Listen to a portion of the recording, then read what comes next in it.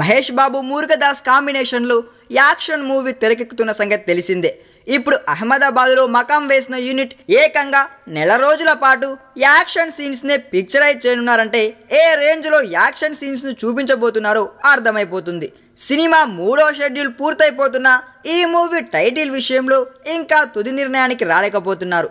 కానీ మహేష్ నుంచి మాత్రం స్పష్టంగా ఇన్స్ట్రక్షన్స్ వచ్చాయంట.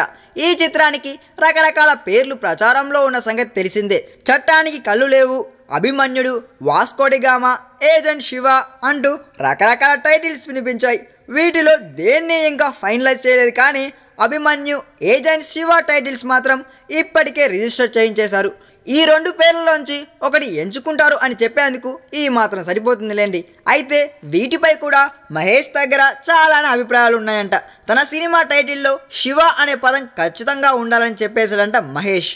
అయితే ఇప్పుడు ఈ చిత్రానికి శివ అని ఫైనల్ చేస్తారా లేక ఏజెంట్ శివ అని అంటారన్న సంగతి మాత్రం ఇంతవరకు తేలలేదు.